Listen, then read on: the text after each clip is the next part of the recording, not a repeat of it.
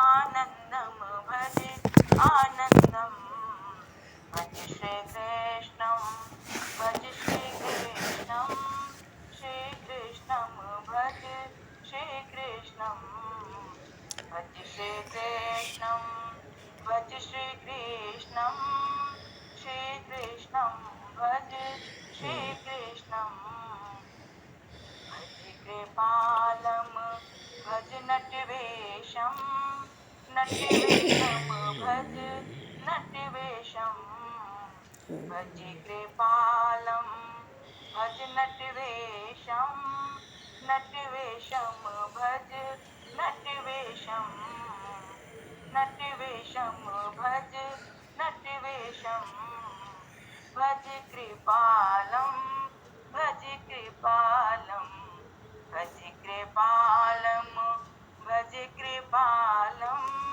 भज कृपालं भज कृपालं भज श्रीकृष्णं भज श्रीकृष्णं श्रीकृष्णं भज श्रीकृष्णं भज श्रीकृष्णं भज श्रीकृष्णं श्रीकृष्णं भज श्रीकृष्णं भज गोविन्दं भज गोविन्दं गोविन्दं भज गोविन्दं भज गोविन्दं भज गोविन्दं गोविन्दं भज गोविन्दं गोविन्दं भज गोविन्दं गोविन्दं भज गोविन्दं भज श्रीकृष्णं भज श्रीकृष्णं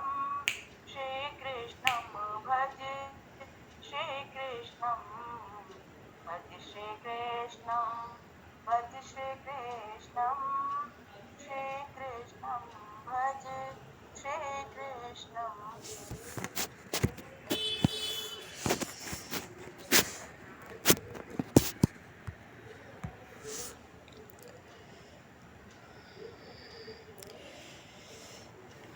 भगवान श्री राधा माधव की ऐसी कृपा करने से श्री हनुमान जी महाराज की परम पावन भावों में सन्निधि में, महापुरुषों की भावों में उपस्थिति में एवं आप सभी श्रद्धालु भक्त वैष्णवों की मंगल सन्निधि में मानव जीवन का सर्वोत्कृष्ट फल भगवत गुणगान, भगवत स्मरण का आनंद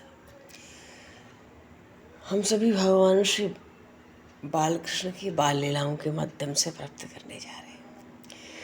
सर्वप्रथम आप सभी भक्तजनों के श्री चरणों में भगवत भाव से सादर वंदन, सादर नमन। आप सभी को यथायोगी जय सियाराम, जय जय श्री राधे हरि शरणम, जय श्री हनुमान जी के जय।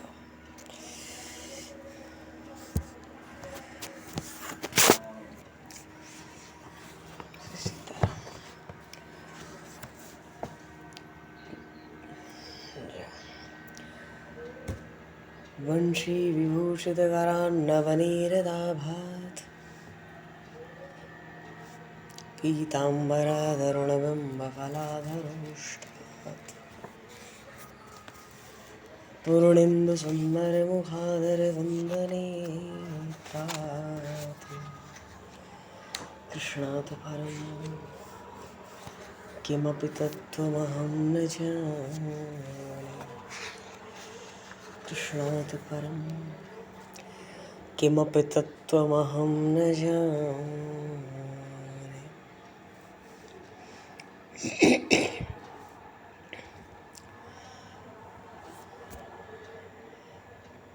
सर्वप्रथम आज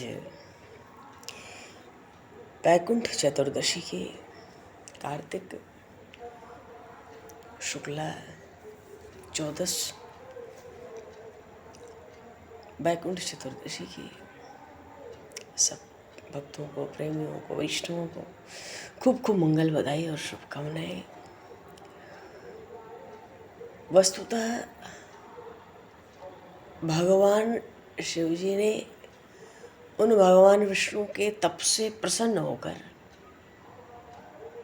आज वैकुंठ चतुर्दशी के दिन पहले भगवान विष्णु और फिर भगवान शिव, स्वयं भगवान शिव कहते हैं कि जो इस तरह से बैकुंठ चतुर्दशी पे पूजन करता है वो हर वक्त बैकुंठ प्राप्त करने का आशीर्वाद पाता है भगवान शिव से। बोलिए बाबा विश्वनाथ की जय। तो कहते हैं कि इस दिन पूरे भाव से, मन से बैकुंठाधिपति भगवान श्री हरि विष्णु की पूजा करने से जीव अभिष्ट फल पाता है और बैकुंठ धाम में निवास भी प्राप्त करता है।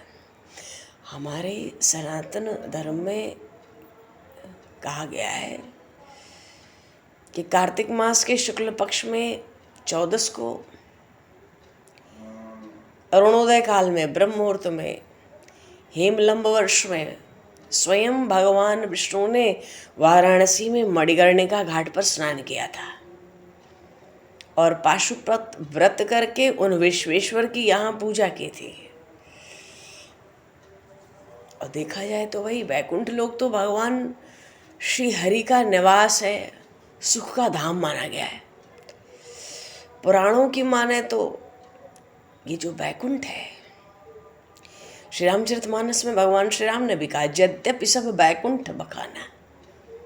वेद पुराण सब बैकुंठ का गुणगान गाते हैं।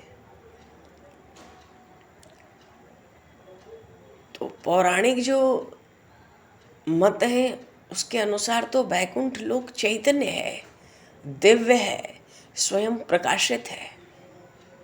तो आज बैकुंठ चतुर्दशी के उपलक्ष्य में भगवान शिव, भगवान श्री हरि की पूजा की जाती है। व्रत भी किया जाता है, फलाहार करके भी बहुत लोग आज व्रत रखते हैं। और इतना ही नहीं, आज के दिन तो भगवान श्री काशी विश्वनाथ का स्थापना दिवस भी मनाया जाता है। बोलिए श्री काशी विश्वनाथ भगवान की, श्रीमन नारायण भगवान की। और आज की रात में हरे श्री बैकुंठ चतुर्दशी की रात्रि में भगवान श्री हरि और भगवान शिव का मिलन, कहते हैं हरिहर मिलाप, इस रूप में होता है मध्यरात्रि में। मध्यरात्रि में भगवान शिव भगवान श्री हरि से मिलने जाते हैं। और अब चूंकि देवोत्थान पे तो भगवान श्री हरि, भगवान विष्णु जग चुके हैं, तो भगवान शिव सृष्टि का सारा भार आज भगवान विष्णु को सौंपकर हिमालय पर्वत पर चले जाते हैं। इसलिए भगवान शिव का पूजन, भगवान श्री हरि विष्णु का पूजन बेलपत्र, तुलसी दल और चतुर्भुज भगवान को फलों का भोग लगाकर भगवान शिव को बिल्वपत्र अर्पित करके पूजन होता है विशेष। और एक दूसरे का भोग भी एक दूसरे को लगाते हैं। मानो कहीं कहीं तो भगवान शिव को आज तुलसी अर्पित हो जाती है और भगवान विष्णु को, उन भगवान श्री हरि को बेलपत्र आज के दिन अर्पित होता है। जो ऋतु फल हो उनका विशेष रूप से प्रभु को भोग्य लगता है। तो बैकुंठ चतुर्दशी के दिन जगत के पालक जो भगवान नारायण हैं और कल्याण, सबका कल्याण करने वाले भगवान शिव, शिव शब्द का ही शाब्दिक अर्थ है कल्याण। तो ये तो कल्याणकारी देव है, महादेव। इनकी भक्ति विशेष रूप से होती है क्योंकि इनके ध्यान से, भक्ति से शक्ति और लक्ष्मी दोनों की प्रसन्नता मिल जाती है। अभिष्ट की भी पूर्ति होती है। बड़ी महिमा है इस बैकुंठ चौदस की। और तो और आज भगवान श्री नारायण ने मत्स्यावतार धारण किया था आज के ही दिन। आज के ही दिन बोलिए श्री मत्स्य भगवान की। श्रीमद् भागवत महापुराण में मत्स्य पुराण का बड़ा सुंदर, और कल कार्तिक पूर्णिमा है। कल का व्रत तो 10 यज्ञों से बढ़कर फल देने वाला है। और बैकुंठ चतुर्दशी का कोई महात्मा सुने, कथा सुने, तो सुनने मात्र से 14,000 पाप कर्मों का दोष आज समाप्त हो जाता है। ऐसी भारी महिमा बैकुंठ चतुर्दशी की। चलो बहुत ही संक्षेप में कथा भी श्रवण कर लेते हैं। अच्छा, बैकुंठ चतुर्दशी पे 3 पौराणिक कथाएं हैं। इनको पढ़ने सुनने से 14,000 पापों से मुक्ति। इसी दिन इनको पढ़ा सुना जाता है, इतने दोष तो मिट जाते हैं। अच्छा, पहली कथा बहुत संक्षेप में। बैकुंठ चतुर्दशी, एक बार की बात हुई, देवर्षि नारद पृथ्वी लोक पे घूम रहे थे। घूमते घूमते बैकुंठ धाम पहुंचे। श्री हरि ने उनसे पहले तो बड़ा आदर किया, बिठाया, प्रसन्न किया, और प्रसन्न होकर उनसे उनके आने का कारण पूछा। तो देव ऋषि नारद कहते हैं कि हे प्रभु, आपने अपना नाम कृपा निधान रखा है। बोलिए श्री कृपा सुंदर भगवान की। इससे आपके जो प्रिय भक्त हैं वही तर पाते हैं, जो सामान्य नर नारी हैं वो वंचित रह जाते हैं। इसलिए आप मुझे कोई ऐसा सरल मार्ग बतावें जिससे सामान्य भक्त भी आपकी भक्ति करके मुक्ति पा सके भवसंधु से। तो भगवान श्री हरि बोले, हे नारद जी, मेरी बात सुनो। कार्तिक शुक्ल पक्ष की चतुर्दशी को जो नर नारी व्रत का पालन करेंगे और श्रद्धा भक्ति से मेरी पूजा अर्चना करेंगे, उनके लिए स्वर्ग के द्वार साक्षात खुले रहेंगे।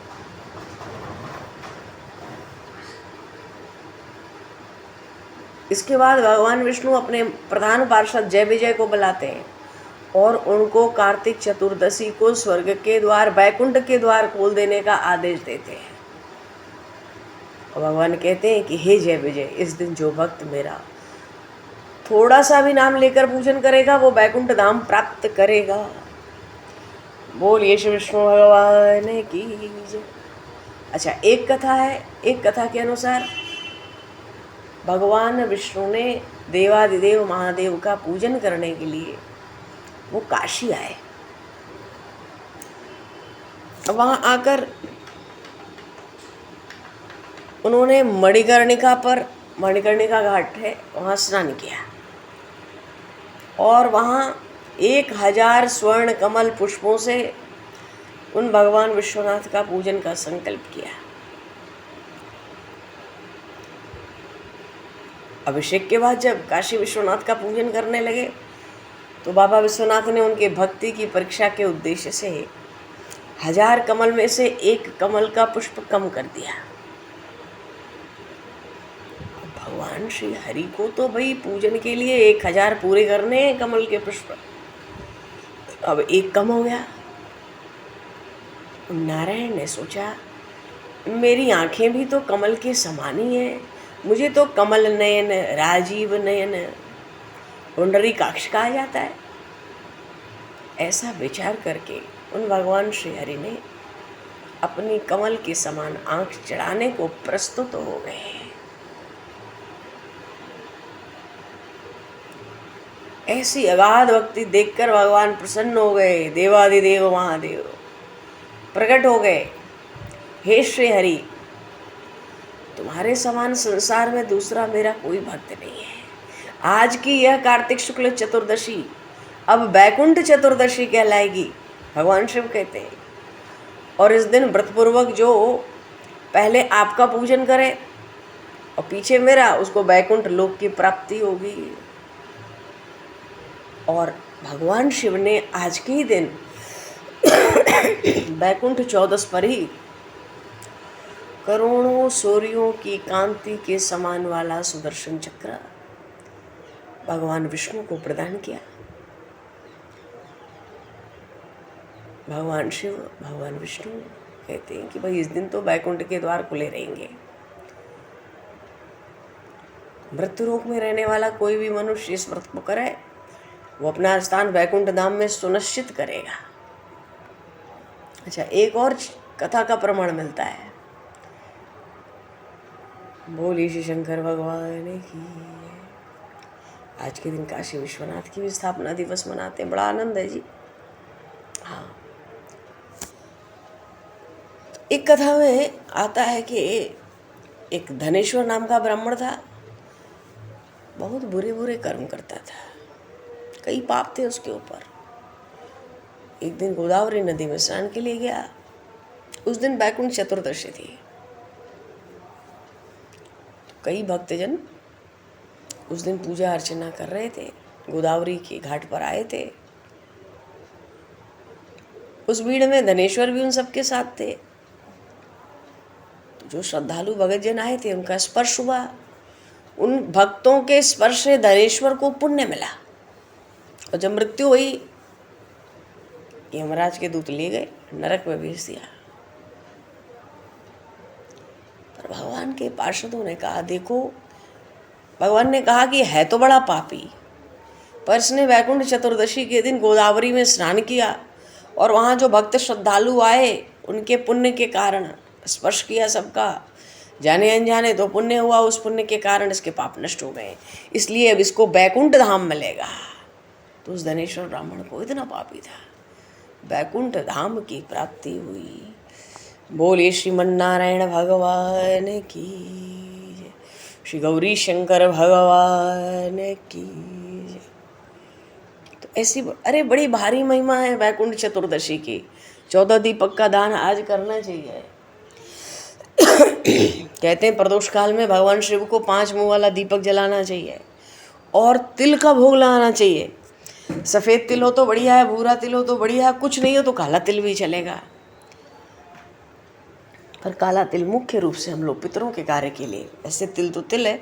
आज शाम को भगवान शिव को तिल का प्रदोष काल में, मतलब सूर्यास्त के 1.25 घंटे तक प्रदोष काल रहता है पीछे भी, तो उसमें भगवान शिव को 5 मुंह वाला दीपक और तिल का भोग। अच्छा भगवान, बोलिए श्री काशी विश्वनाथ भगवान की। और समय तो है बांके बिहारी जी महाराज का। बोलिए श्री बांके बिहारी लाल की जय, श्री वृंदावन प्रेम धाम की जय। भगवान श्री कृष्ण की बाल लीलाएं। पूर्व प्रसंग में पनघट का प्रसंग था, और प्रसंग आया, देखो भगवान गोदोहन करने वाले हैं। वत्स चारण भगवान करेंगे, गोपाल बनेंगे, उससे पहले ही गौओं का दोहन करेंगे ये, और फिर वत्स चारण करेंगे, और वत्स चारण के साथ ही काछनी में मुरली पधरा लेंगे, और ये बंशी बजना प्रभु की आरंभ होगी। और भगवान की बांसुरी 3 लोक में कौन न जाने। भगवान शिव की भी समाधि टूट जाए, ब्रह्मा जी तो वेद ज्ञान ही भूल जाए, और जमुना जी तो भगवान के लीला संग में रहेंगे, अभी भी विराजमान है। बोलिए श्री जमुना मैया की है। इनकी तो धार ही उलट के बहने लगे। गोपियाँ चूल्हा करें तो लकड़ियाँ गीली है जाए। प्रकृति, चलो जी, भगवान का वेणु वादन, वेणु गीत भी है, बड़ी सुंदर सुंदर लीलाएं हैं। तो पनघट पर आई थी बरसाने की कुमारियाँ, छोटी छोटी कन्याएं, और उनके कलश भी छोटे छोटे हैं, घट, तो कलशियाँ लेके आई हैं छोटी छोटी भरने के लिए। और उसमें बरसाने के अधीश्वर श्री वृषभानु बाबा की भी कुमारी है। बोलिए श्री लाडली लाल की जय। और साथ में उनकी सखियाँ, ढेरों सखियाँ हैं। तो कोई कोई बड़े बूढ़े भी तो जमुना प्लेन पे हैं। बालकृष्ण भी अपने बाल सखाओं के संग वो नंदनंदन श्याम सुंदर क्रीड़ाएं करते हैं तरह तरह की।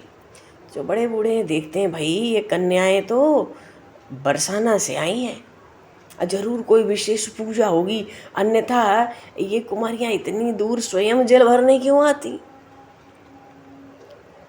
अब इतनी दूर घाट से जल लेने आई हैं तो कोई कारण तो होगा। अब भाई कोई विशेष पूजा हो तो जल भी तो विशेष चाहिए होता है, फिर विशेष स्थान का भी जल चाहिए होता है। ऐसे ही कारण से कोई बड़ी बूढ़ी भी साथ नहीं आई है। ये कन्याएं बरसाने से आई हैं दूर से। तो कन्हैया लाल का तो काम है कंकड़ मारना। कोई धातु की लाके इनको अंगूठा दिखा के मटके चढ़ावे, तो फिर एक रखो दूसरी लेने जाए तो उसको लुढ़का दो उसको। ये सब लीलाएं प्रभु पूर्व चरित्र में करते रहे। पर अब सुबल और श्रीदामा भी वहाँ हैं सब सखाओं में।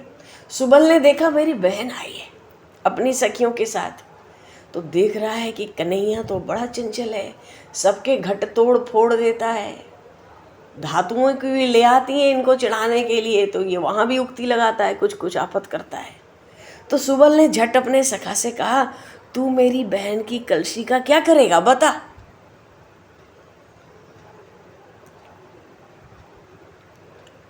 श्याम सुंदर तो खेल में मगन थे, क्या पता सुबल ने ऐसा कह के छेड़ा ना होता तो इन नंदनंदन को उत्पात की ना सूझी होती। अब फिर कोई चुनौती दे दे तो फिर ये मानने वाले कहाँ हैं।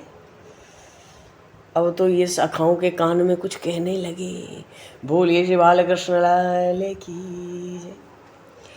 और जाके एक छोटी सी लकुट के सहारे खड़े हो गए सबके सामने।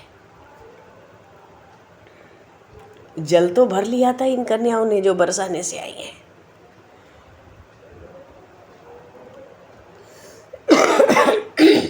अरे शरण। और जाकर कहते, बोलिए श्री त्रिभंगी लाल की। त्रिभंग ललित मुद्रा है, मधुर मधुर मुस्कान है। तुम सब हमारे घाट पर क्यों आई हो?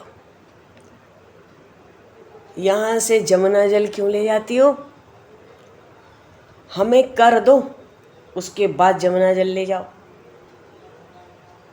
अब तो वही वो देवी दासी के रूप में यशोदा मैया की आज्ञा से दृष्टि रखती थी पूरे समय, वो तो सोचने लगी, हे भगवान, इस नन्हे से नटखट पुरुषोत्तम को ये सब बातें कर की बात कहाँ से सूझती है।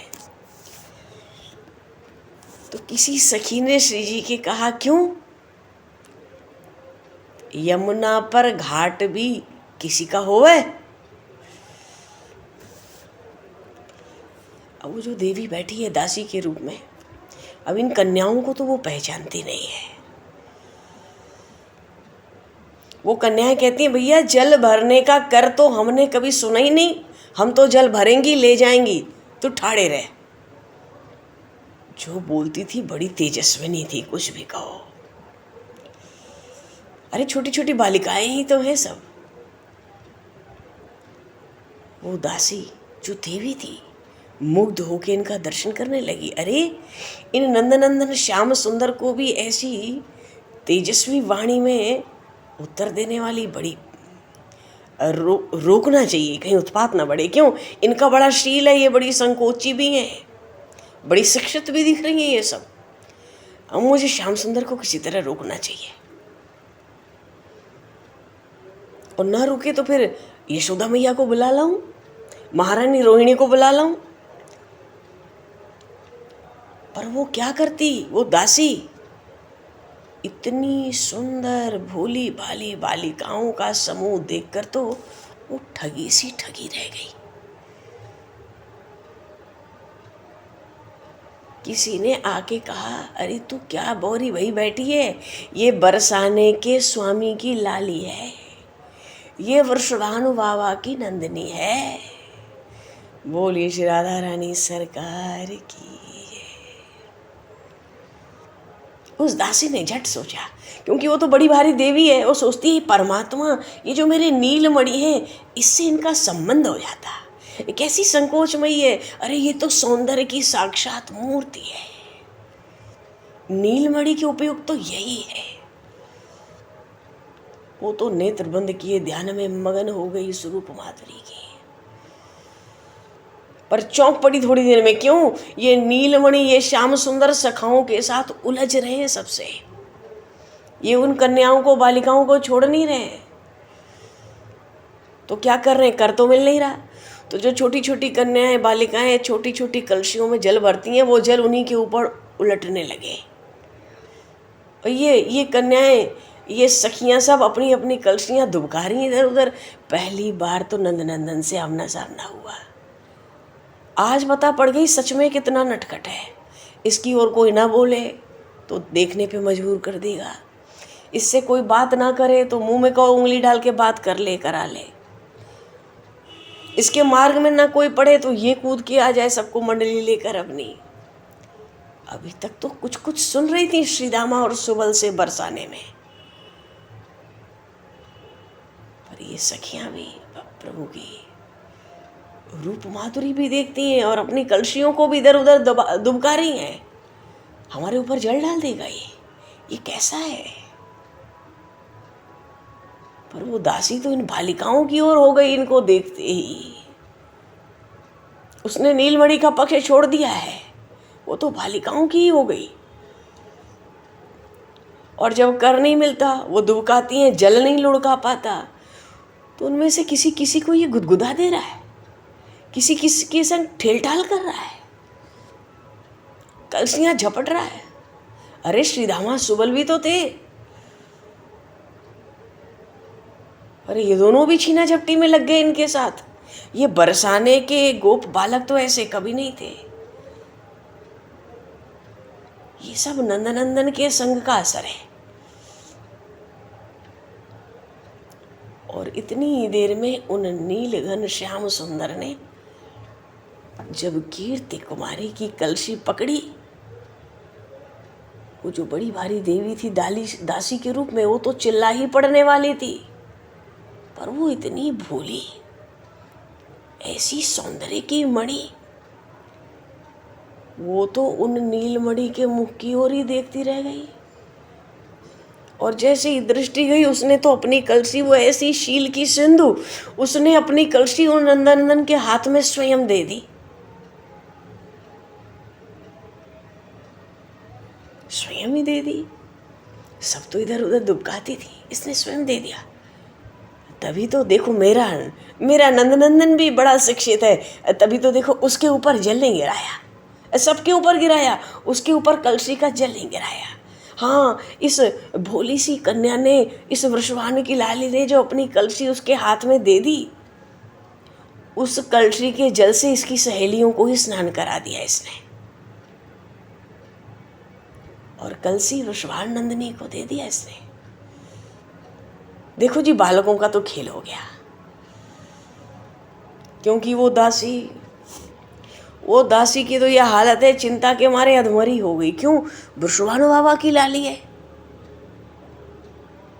पहले दिन वृषभानु बाबा ही तो आए थे, इधर के अधीश्वर तो वही हैं।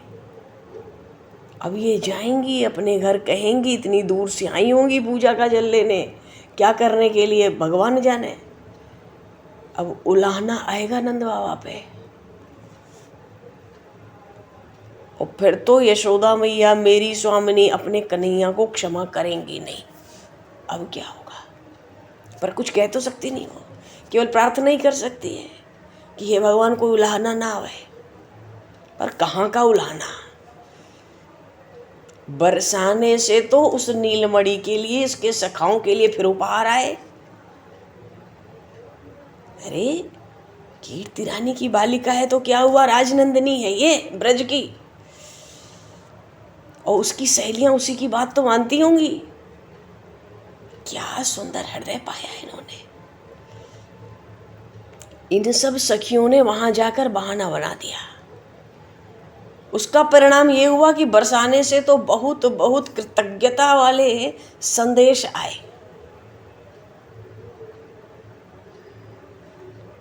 वृषभानु बाबा ने संदेश भिजवाया, अरे ये हमारी बालिकाएं मानती नहीं, पूजा के लिए स्वयं जल लेने चली गई। अब किसी बड़े के साथ जाती तो क्या पता इनको संकोच होता, ये बहुत सी थी सो चली गई। पता नहीं वहाँ कहाँ से कोई उत्पाती बंदर इन पर झपट पड़ा। ये सब तो डरपोक सी हैं। अब बंदर का क्या दोष है, ये सब तो खुद ही उसको देखकर भागी होंगी। नीलमणि दौड़ा आया सखाओं के साथ। अब बड़ा दयावंत है भाई, वो तो बड़ा दयामय है। उसने उस बानर को भगा दिया, इनको आश्वासन दिया। जो गिर गई थी भागने दौड़ने में, उनको उठाया भी। लताओं में इनके वस्त्र उलझ गए थे, वेणियां उलझ गई थी, उसने सब व्यवस्थित भी कर दिए। अरे हमारे युवराज ने हमारी बालिकाओं को बचाया, क्यों ना हो ब्रज का युवराज जो है। बोलिए श्री बाल कृष्ण लाल की। तो ठेला ठेली तो ये स्वयं कर रहे थे, चंचलता तो चपलता तो ये स्वयं कर रहे थे। पर बरसाने से जो सखियां आई थी श्री जी के साथ, सबने इनकी प्रशंसा करा दी। नंदनंदन भी बड़े आनंदित हुए। ये तो बरसाने की गोप कन्याएं बड़ी प्यारी हैं, और ये देखो हमारे गोकुल नंद गांव की पा जाए अकेले में तो घर के काम कराने लगेंगी हमसे। इनकी तो तोड़ फोड़, मटके माखन लूट, बस बानरों को खवाओ, सब पशु पक्षियों, इनकी तो लूट मचाओ, इनकी त्राही त्राही करो। क्यों? अरे दिन रात वो भी यही सपने संजोती हैं, कब नंद नंदन श्याम सुंदर हमारे घर में पधारे। वो जो देवी थी ना दासी के रूप में, जब ये संदेश उसने नंद भवन के प्रांगण में सुना, बरसाने से सेवक संदेश लेकर आए, तो वो तो जब इस संदेश को सुनती है तो सुनकर उन विश्वानु नंदिनी के शील पर मुग्ध हो जाती है। बोलिए बरसाने वारी की जय। उसको लगता है मैं इनको आशीर्वाद ही तो दे सकती हूँ। अब तो वो हों या उनकी सहेलियां हों, सबको इसी घाट पर जल भरने की हट हो गई है। और बालक तो पहले से ही हटी है। और ये नीलमणि, ये नंदनंदन तो ऐसे ही सबसे उलझते रहेंगे, कभी यहाँ कभी वहाँ, जहाँ जिसको जो। बोलिए श्री जुगल सरकार की। पनघट पे ऐसी लीलाएं बीच बीच में घटित होने लगी। अभी तो ये सखियां इन नंदनंदन के रंग देखती हैं, इनको समझने की, इनको हाव भाव की चेष्टा करती है तो बड़ा सुंदर, अद्भुत सौंदर्य का धनी है, पर जैसा सौंदर्य उतना ही नटखट है, बड़ा चंचल है। संकोच नाम की तो कोई चीज इसमें है ही नहीं।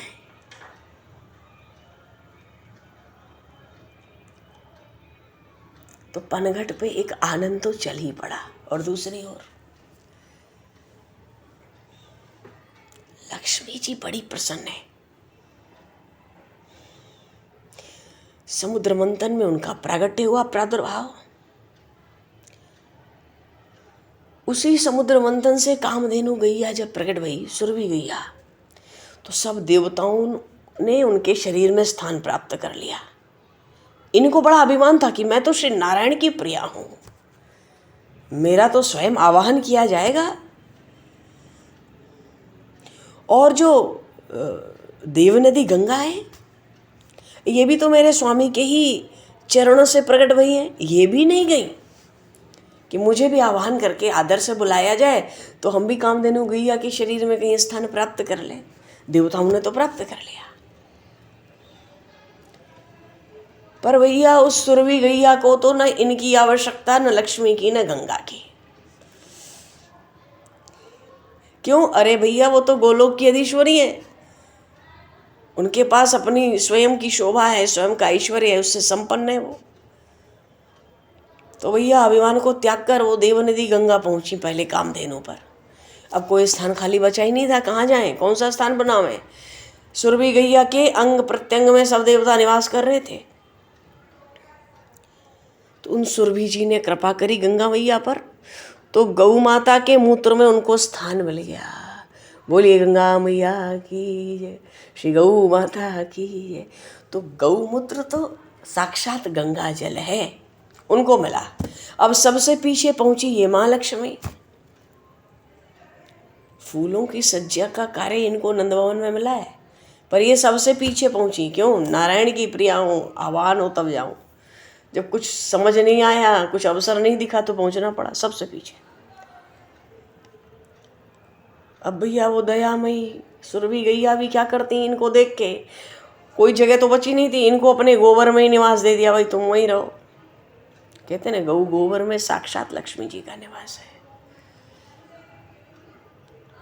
तो उस समय तो उतनी प्रसन्नता नहीं हुई, पर अब इन दोनों को बड़ी प्रसन्नता है।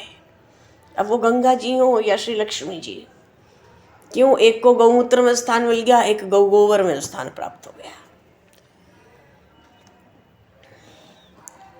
क्योंकि भीतर ये भी तो लग रहा होगा ना कि हम लोग तो उपेक्षित हैं, अत्यंत उपेक्षित, स्थान ही नहीं मिल रहा है। पर पहले तो भाई विवशता थी कि चलो गाय के गोबर में प्रवेश करो या गौमूत्र में ही रहो, लेकिन ये तो महामंगल का घर बन गया। ये कहाँ पता था इनको? क्यों? अखिल लोकेश्वर श्री गोकुल गोलोक के अधिपति परम पुरुषोत्तम गोकुल में पधारे हैं, तो गोबर में स्थान मिला।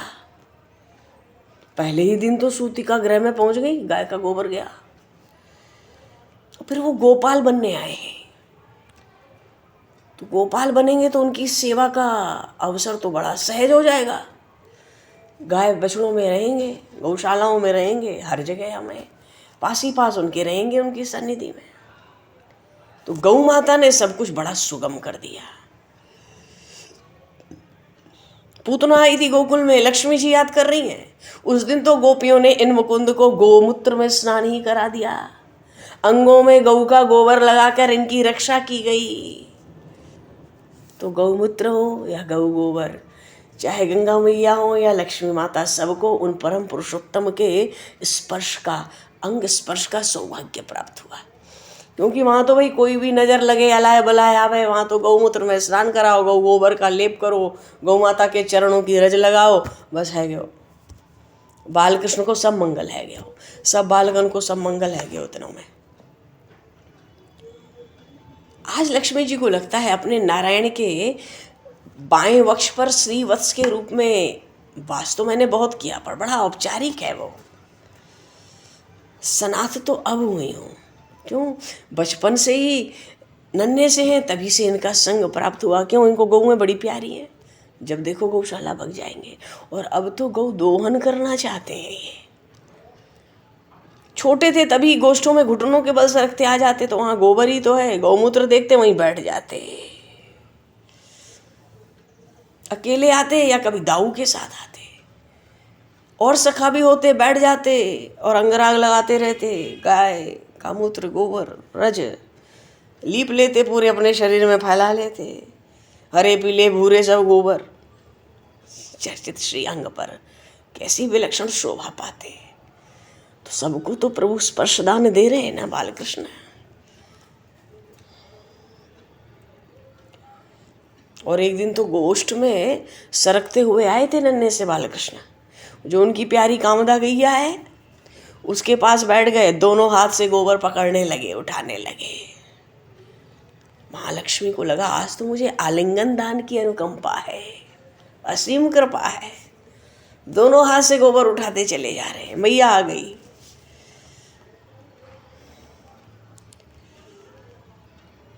डरते हैं, बस बालकृष्ण किसी से डरते हैं पूरे ब्रज में तो वो यशोदा मैया, ये सब जानते हैं, सब सखियां भी जानती हैं। ये थोड़ा भी कहीं डर सकते हैं, इनकी आवाज़ कहीं बंद होती है तो मैया के आगे, जो ब्रज की स्वामिनी है। और नहीं तो ये किसी को कुछ भी नहीं समझते, किसी से कुछ भी नहीं डरते, बस मैया से। मैया आ जाएगी तो मुंह घुमा के झट देखेंगे, नन्हे से थे तभी मालूम है मैया पकड़ के ले जाएगी तुरंत। पर आज लक्ष्मी जी को लगता है जब से नंदगाम आए, सखाओं के साथ खेलने लगे, जमुना पुलन पे मुझे तो भूल ही गए। पर नहीं, अरे ये क्या अपने चरणाश्रित को कभी भूल सकते हैं? नहीं, ये तो पूर्ण पुरुषोत्तम सच्चिदानंद घन ब्रह्म है। ये अपने चरणों से आश्रित जीवों को नहीं छोड़ सकते। मैं तो इनके चरणाश्रित हूँ। अरे क्षीर सागर में माँ लक्ष्मी निरंतर ही पाए पलटती रहती हैं प्रभु के। लक्ष्मी जी को लगता है नहीं, इनके चरणों के आश्रित हूँ, मुझे भूल नहीं सकते। अब निश्चित ही कोई दिन जल्दी ही सुबह आएगी कि गोष्ठ में आके मुझे इनके दर्शन प्राप्त होंगे। तब तक इन्होंने भद्र को देख लिया। इनका सखा भद्र नंद बाबा के साथ रहे, नंद बाबा के साथ सोए। नंद बाबा सुबह सुबह गौशाला जाए तो वो पहले से ही गौशाला जाए। और एक भद्र ऐसा है सब सखाओं में जिसको गौ दोहन आवे, शुरू से ही गौशाला जाता है। ये तो यशोदा मैया के अंग में रहते हैं रात को, वो नंद बाबा के साथ ही दिन रात रहे। अब तो भद्र को देखा, अरे मेरा सखा भद्र, उसको देखा तो देखा देखी इनको भी गोदोहन की धुन लग गई है।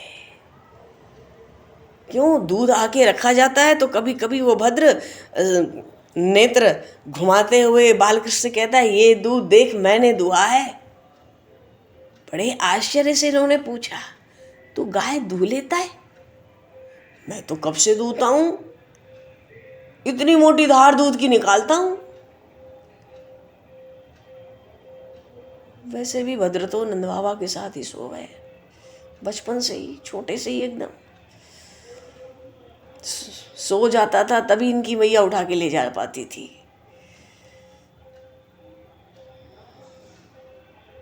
और रात को कहीं जग गया तो रो रो के विवश कर देता यशोदा मैया के पास आने के लिए, फिर नंद बाबा पे जाना है। वैसे भी इस भद्र ने मैया यशोदा माँ रोहिणी का ही दूध पिया है बचपन से। हाँ, थोड़ा बड़ा हुआ तो नंद बाबा के पास सोने लगा, साथ उठकर जाता तो गोदोहन करने लगा। अब तो भैया श्याम सुंदर सवेरे चुपके से उठकर गुष्ट में आ गए। बिखरी हुई अलके, कपोलों पे काजल फैला है, कछनी का तो कमर में कुछ पता ही नहीं है। डग डग डग डग चरणों से चलते, जमाई लेते, बाबा की दाहिने हाथ को पकड़कर खड़े हो गए। मैं गाय दूंगा बाबा। फिर बाबा के, क्योंकि नींद भी आ रही है, रात भर लगता है मानो यही देखते रहे, भद्र तो गाय दूह लेता, मैं नहीं दूहता।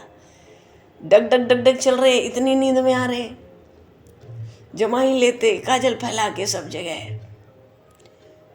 पहले तो दाहिने कंधे पे हाथ रखा, फिर सिर रख लिया, और नेत्र बंद है, मानो नेत्र खुल नहीं रहे, अभी नींद में ही है। मैं गाय दूंगा। बोलिए श्री बाल कृष्ण लाल की, श्री नंद नंदन श्याम सुंदर भगवान की जय। राधे कृष्ण चंद्र भगवान की जय। श्री राम राजा सरकार की जय। श्री गौरी शंकर भगवान की जय। सब संतन की जय, सब भक्तन की जय। तो भगवान आगे के प्रसंग में भगवान गौ दोहन करेंगे और उसके बाद वत्स चारण। बोले श्री बाल कृष्ण लाल की जय। अभी तो समय को दृष्टिगत करते हुए आज यही वाणी को विराम। वाक्य पुष्पांजलि प्रभु के श्री चरणों में सादर समर्पित, और आप सभी को भी यथा योग्य जय सिया राम, जय जय श्री राधे हरिशरणम, जय श्री।